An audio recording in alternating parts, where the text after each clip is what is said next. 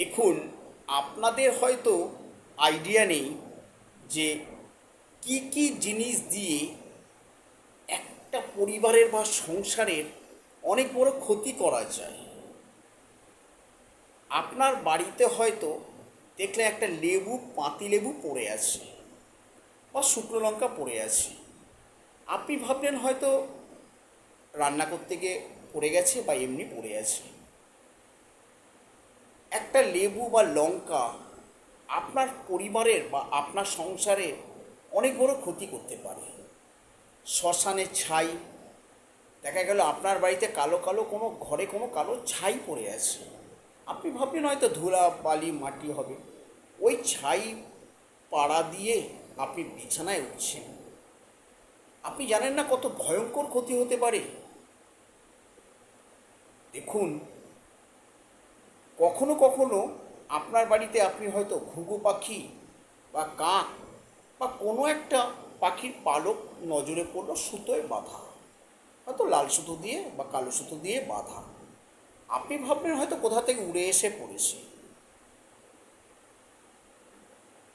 একটা ছোট্ট শেকড় বা ডাল টুকরো করে কেটে সেটা যদি আপনার গৃহে বা আপনার উঠোনে আপনার সীমানার মধ্যে ফেলে দেওয়া যায় না, আপনার সংসার 6 মাসের মধ্যে ভেঙে যেতে পারে। কবরস্থানের মাটি, শ্মশানের ছাই দিয়ে যদি ছোট ছোট গোল গোল গোল গোল করে গুলির মতো তৈরি করে ওর ভেতরে যদি শ্মশান ক্রিয়া করে আপনার নামে যদি কিছু করা হয়, সেটা যদি আপনার সীমানার মধ্যেই যে কোনো কোণে, বিশেষ করে বায়ু কোণে যদি পুঁতে দেওয়া হয়, ছ থেকে 6 মাস থেকে 1 বছরের মধ্যে আপনার সংসার থেকে আপনাকে পেরিয়ে যেতে বাধ্য। তাই বলি, আপনারা এই জিনিসগুলো নজর রেখে চলবেন। আপনার সংসারকে রক্ষা করতে দেখবেন আপনার সীমানার মধ্যে বা আপনার ঘরে এই সমস্ত জিনিস পড়ে আছে কিনা।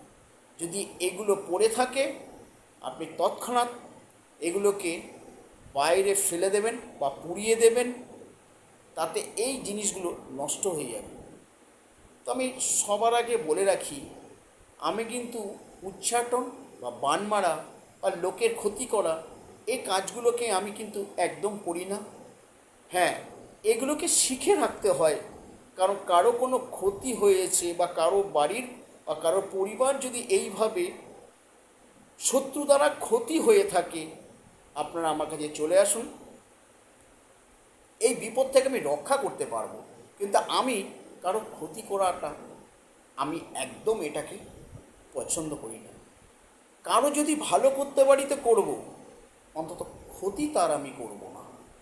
আর উপরে একজন বসে আছেন, তিনি কিন্তু সমস্ত কিছু হিসাব রাখছেন। নমস্কার, ভালো থাকুন, আবার দেখা হবে আপনাদের সাথে।